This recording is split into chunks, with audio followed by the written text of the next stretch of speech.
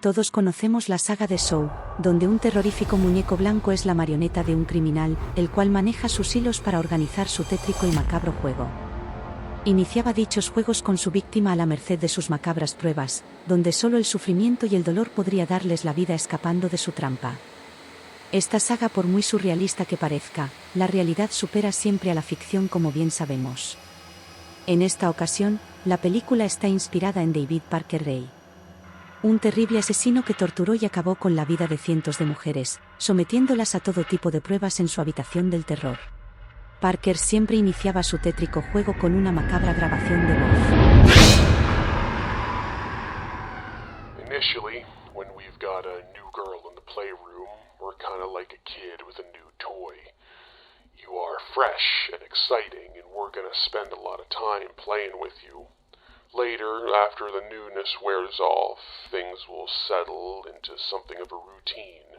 We'll only be spending 3 or 4 hours a day in the playroom. You're gonna have a lot of free time to rest, sleep, watch TV or whatever. If you're acting halfway decent, you'll be left in a reasonably comfortable position so you can relax. As far as sex goes, your mistress is gonna want her pussy eaten a couple times a day.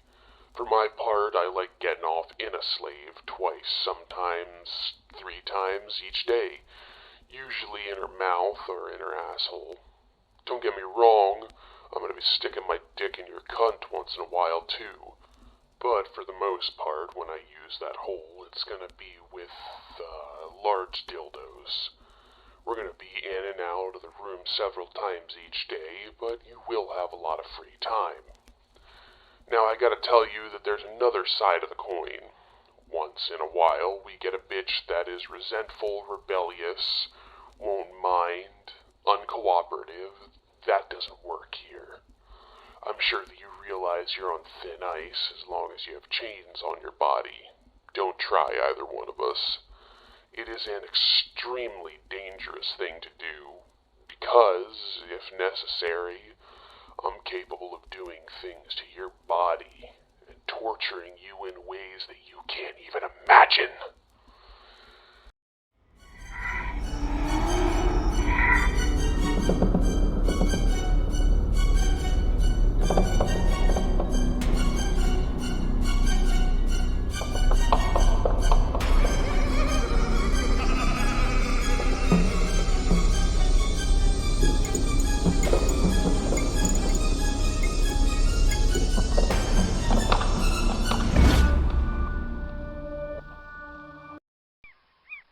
Esta historia comienza el 6 de noviembre de 1939, en una humilde casa en Belén, Nuevo México.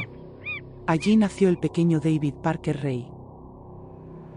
Parker nació preparado para recibir todo el amor de sus padres, pero lejos de esa triste realidad, David Parker fue abandonado por sus padres días después de nacer. Un sentimiento que dejaría marcada su personalidad para el resto de su vida. Fue su abuelo quien se hizo cargo de él, pero lejos de recibir ese amor y cariño, este tampoco le dio amor ni cariño nunca. De hecho, fue criado con malos tratos y castigos por parte de su abuelo cada vez que hacía algo que no le gustaba. Era tal el daño que le causaba, que cada vez que le regañaba su abuelo temblaba del temor. Los castigos de este hombre eran torturas de horas y días. Como consecuencia, Parker tenía muchos problemas para relacionarse con otros niños de su misma edad. Veía al resto de niños cómo recibían amor y cariño por sus padres, cosa que él nunca recibía y no era capaz de entender. Para este niño solo existía el dolor. En su colegio, fue intimidado y acosado por sus compañeros por su timidez con las chicas, lo que provocó que abusara del alcohol y otras drogas. De hecho, comenzó a consumir pornografía donde las torturas y todo tipo de actos no consentidos por parte de las mujeres le provocaban placer. Para él, el dolor ajeno le causaba excitación. Las fantasías sexuales de Parker de violar, torturar e incluso asesinar mujeres se desarrollaron durante su adolescencia. Poco a poco en 1957 consiguió graduarse en el Instituto de Secundaria de Ballet, en Albuquerque. Después de terminar la escuela secundaria, Parker recibió una baja honorable del Ejército de los Estados Unidos, donde su servicio incluyó trabajo como mecánico general. No mucho tiempo después decidió casarse con una vecina del pueblo. Todo parecía ir sobre ruedas, sin embargo, la cosa no tardó en fracasar. La mujer de Parker le pidió el divorcio, por varios motivos, pero en concreto por no entender el placer sexual de él. Cuando ambos estaban juntos ella no disfrutaba, todo lo contrario, Parker llegaba a ser tan agresivo que en muchos casos le hacía daño. Aunque le pidiese que parase, Parker no le escuchaba y seguía. Por ese motivo en 1961 formalizaron el divorcio. Después de este fracaso sentimental tuvo 3 más, los cuales acabaron por el mismo problema de Parker. Discusiones y las prácticas masoquistas de Parker fueron los detonantes de otra relación fracasada. No fue hasta 1966 que se casó con Brenda Verdin, con la que tuvieron una hija llamada Glenda Jean, pero de nuevo los problemas con el sadomasoquismo rompieron la relación. Quizás de tantos fracasos amorosos, su mente hizo clic y dejó salir su lado más macabro. A partir de ese momento se convirtió en un verdadero monstruo que más tarde acabaría con la vida de cientos de mujeres sin remordimiento alguno. Hasta ahora David Parker aparentaba ser una persona medianamente normal, exceptuando con sus parejas.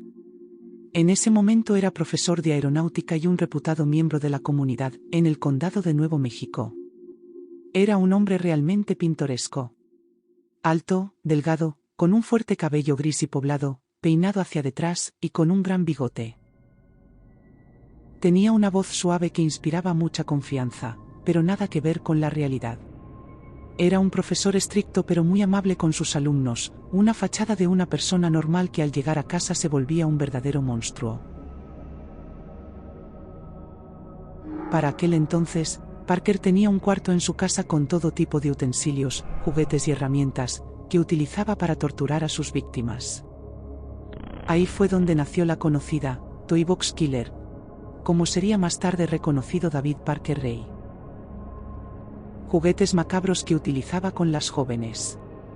Claramente sin el consentimiento de estas pobres víctimas que desde el primer momento rogaban por su vida. Pero Parker era un perturbado con un grandísimo problema mental que no tenía ninguna empatía por sus víctimas, las cuales en el peor de los casos acababa con ellas durante las torturas. Esta doble cara de profesor y terrible perturbado mental duró mucho tiempo. Tanto tiempo que al principio cometía los crímenes en solitario, pero más tarde encontró un ayudante, una mujer. Ella era Cindy Hendy, una chica con la que comenzó una relación sentimental no hacía mucho tiempo. De hecho, la propia Cindy, para tener más espacio para sus macabros planes, compró un remolque de camión y lo aparcó en uno de sus terrenos, lo insonorizó y dentro instaló todos los artilugios que utilizaban en sus horribles crímenes. La caja de tortura se convirtió en un lugar realmente terrorífico. Del techo colgaba un candelabro con forma de cráneo, las estanterías llenas de agujas, pinzas, tenazas, poleas, látigos e incluso sierras. Todo lo que utilizaba con sus víctimas. Se especializó tanto en estas prácticas que llegó a escribir su propio manual de tortura. Describía numerosas situaciones con las que se había encontrado con sus víctimas, cosas terribles que Parker plasmó en sus páginas sin ningún tipo de remordimiento. Lo peor de todo es que David Parker y Cindy Hendy estuvieron practicando este tipo de torturas durante mucho tiempo con numerosas víctimas. Lo tenían bien planeado y calculado para no dejar huella, y acabar con personas que no fuesen a ser buscadas de manera exhaustiva. Mujeres que en la mayoría de los casos estaban solas y vendían su cuerpo para ganar algo de dinero para sobrevivir. Pero entre esas innumerables víctimas hubo una que no acabó como el resto. Su nombre era Cynthia Vigil. Una joven chica de compañía que fue a parar a las terribles garras de David y Cindy Parker.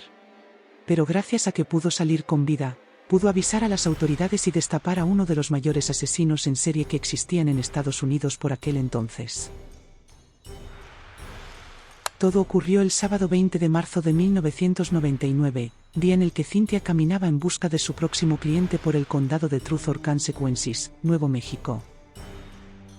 Justo enfrente de la calle estaba Parker. Aquel hombre alto y delgado, con un llamativo bigote acechando a su próxima víctima desde dentro del coche. Estaba acostumbrado a analizar a sus víctimas durante minutos o incluso días antes de llevar a cabo su plan. Parker se quedó mirando a Cynthia antes de actuar. Cynthia parecía encajar en sus planes, bajó del coche y le hizo un gesto a Cynthia para que se acercase. Cynthia cruzó la calle a paso ligero y saludó cariñosamente a su próximo cliente. Ambos acordaron sexo oral a cambio de una cantidad de dinero.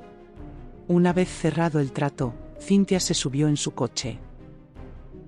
Luego de darle el dinero acordado, Parker sacó una placa de policía falsa de su cartera y amenazó con detenerla. Intentó ponerle las esposas, pero Cynthia era una mujer con bastante fuerza y logró resistirse. Por desgracia no era la primera vez que Parker se topaba con alguien así. Sacó un taser y le dio una descarga eléctrica que la dejó inconsciente. Cuando Cynthia despierta, no puede ver nada. Tiene una venda negra que le cubre los ojos, nota que hay luz, pero no se puede mover. Está colgada del techo con cadenas que la agarran fuerte por las manos y las piernas. Aterrorizada, su primera reacción fue gritar, pero no podía. Parker y su novia le habían puesto una mordaza y era imposible gritar. Antes de que pudiese intentar alguna manera de escapar, Parker reproduce el audio en su casete donde hace una horrible presentación a sus víctimas de las torturas que van a sufrir a continuación. Hello there, bitch. Are you comfortable right now? I doubt it. Wrists and ankles chained, gagged, probably blindfolded. You are disoriented and scared too, I would imagine. Perfectly normal under the circumstances. For a little while at least, you need to get your shit together and listen to this tape. It is very relevant to your situation. I'm going to tell you, in detail, why you have been kidnapped, what's going to happen to you, and how long you'll be here. I don't know the details of your capture, because this tape is being created July 23rd, 1993, as a general advisory tape for all future female captives. The information I'm going to give you is based on my experience dealing with captives over a period of several years. If at a future date there are any major changes in our procedures, the tape will be upgraded. La primera parte de la tortura siempre era psicológica.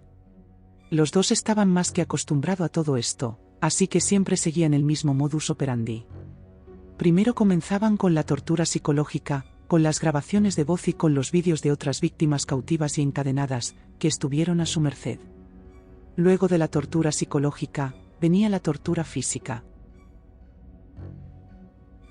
El día en que comenzaron la tortura psicológica con Cynthia, se les hizo tarde y decidieron dejarla allí encadenada toda la noche hasta el próximo día. A la mañana siguiente, aprovechando que Parker salió, la joven logró hacerse con las llaves de sus cadenas que estaban en una mesa cercana a donde se encontraba ella. Le costó horas acercar poco a poco las llaves y manejarlas con mucho cuidado para que no se les cayeran. Cuando ya estaba a punto de liberarse, entró en la terrible sala de los horrores la cómplice de Parker, Cindy. Al ver a la víctima que estaba casi liberada, se abalanzó sobre ella y ambas empezaron a forcejear. La vida de Cynthia dependía en ese momento de liberarse y huir, o por el contrario, recibir el terrible castigo de estos asesinos. Mientras luchaban, la novia de Parker agarró un picador de hielo y se lo clavó a la joven en el cuello. En un intento desesperado por salvarse, Cynthia le devolvió el golpe rompiéndole una lámpara en la cabeza. Acto reflejo, Cindy se agachó y se llevó las manos a la cabeza por el dolor que le causó el golpe. En ese momento, Cynthia aprovechó para salir a la calle completamente desnuda y con un collar de pinchos, unido a una cadena que le habían puesto y no se pudo quitar. La joven comenzó a correr ensangrentada pidiendo auxilio. Desesperada, llegó hasta la casa de unos vecinos y llamó a su timbre mientras golpeaba la puerta con las pocas fuerzas que le quedaban. Los Brits, un matrimonio ya mayor, le abrieron la puerta. Asustados, hicieron pasar a la chica, la llevaron hasta el salón, le dieron algo de ropa y una manta. Automáticamente llamaron a la policía en cuanto les contó por encima lo que le había hecho sus vecinos. Las autoridades no tardaron en llegar y ver la horrible situación en la que se encontraba Cynthia. Todavía temblaba y tenía el cuerpo lleno de heridas. No podía parar de llorar y estaba muy asustada. La policía se dirigió inmediatamente a casa de la pareja, pero ellos no estaban allí. Habían salido a buscar a la presa que se les había escapado. Sin embargo, no tardarían en encontrarlos. Una patrulla se los cruzó mientras buscaban a la joven y les dieron el alto. Nada más hacerlo detuvieron a la pareja y procedieron a registrar la casa. Pero nunca se imaginaron lo que encontrarían allí. La policía no tardó en encontrar la temida caja de juguetes de David Parker, y fue aterrador. Las paredes estaban completamente llenas de herramientas de torturas de todo tipo. Látigos, fustas, cuchillos, tijeras, cuerdas, máquinas de electroshock, cadenas, collares, todo tipo de artilugios sádicos. Y algo que llamó la atención a la policía fue lo meticuloso que tenía todo bien ordenado, como si no solo fuese solamente para la práctica sino también estética. Fue en ese momento cuando se dieron cuenta que estaban ante un sádico, pero extremadamente frío y calculador. Un hombre ordenado y disciplinado al que no sería fácil encerrar. Hubo sin embargo dos elementos que llamaron la atención de los agentes por lo crueles que eran. El primero, un sarcófago. Algo así como un ataúd para causarles esa angustia, incomodidad, falta de aire a la vez que las desorientaba. Ya que no sabían cuántos días llevaban ahí, incluso si era de día o de noche. El otro era una caja de unos 50 centímetros, donde colocaba la cabeza de las chicas para evitar que respirasen profundamente, y para darle sensación de agobio mientras abusaban de ellas o acababa con su vida. Los agentes seguían descubriendo más y más evidencias atroces que les descomponían el cuerpo. Encontraron decenas de grabaciones donde este sádico torturaba a las mujeres que estaban encadenadas. Todas las torturas las grababa con el más mínimo detalle, mientras Cindy las amenazaba de muerte si no obedecían. Además, encontraron una agenda donde anotaba el día que secuestraba a su víctima y el día en que acababa con su vida.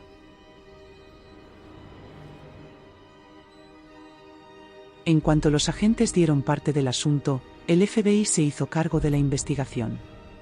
En ese momento era un puzzle difícil de resolver. Habían encontrado varios cuerpos de jóvenes en el desierto que no lograron conectar con Parker. Tenían también desapariciones de algunas chicas de la zona, y algunas jóvenes toxicómanas que aseguraban que fueron torturadas por David Parker. Aunque no supieron asegurar si fue consentido o no. Ya que la mezcla de drogas que Parker les daba, les nublaba los recuerdos. Aparte del apoyo que tenía de su novia Cindy, también tenía el de su hija Glenda, que le conseguía a las chicas jóvenes que más tarde torturaba. También el de su vecino Dennis Chance, el cual ayudaba a seleccionar a las chicas y le daba ideas para nuevas torturas.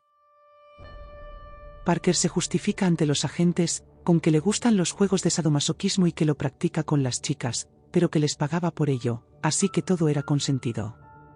El FBI no creyó ni una sola palabra, incluso sospecharon de que estuviese detrás de una trama de tráfico de personas o que pudiese ser un asesino en serie. Pero no había manera de encontrar los cuerpos de las víctimas. El FBI estuvo registrando palmo a palmo el desierto de Nuevo México, pero encontrar un cadáver en esas tierras es como encontrar una aguja en un pajar.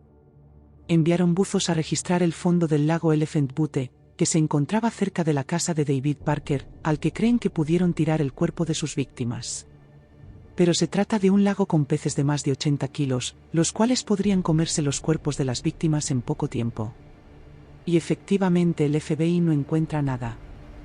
No tienen pruebas contra él, lo único que tiene en su contra es el testimonio de las 3 víctimas que lograron sobrevivir a sus macabros juegos. Pero son prostitutas o adictas. Ningún jurado las tomaría en serio y lo único que puede aprobar el FBI es que David Parker es un maniático sexual. En cuya zona desaparecen jóvenes, pero no pueden conectar los crímenes. Finalmente cambian de estrategia ya que Parker en los interrogatorios aguanta con frialdad y sin parpadear. Cindy lo pasa cada vez peor, así que deciden presionar y romper por el eslabón más débil de la cadena. Interrogaron a Cindy hasta que confesó y aportó pruebas en contra de Parker Ray. Dennis, al saber esto, también aportó pruebas y cargó en contra de Parker. Expusieron una grabación donde se podría ver a una chica joven siendo abusada y amarrada a la silla de Parker. Los agentes lograron percatarse de un tatuaje que ya antes habrían visto en una amiga de su propia hija. Ella era Kelly Garrett, la amiga íntima de la hija de Parker, la cual a día de hoy no recuerda nada de ese día. Declaró haber tenido pesadillas pero nunca recordó lo sucedido hasta que vio su propio vídeo.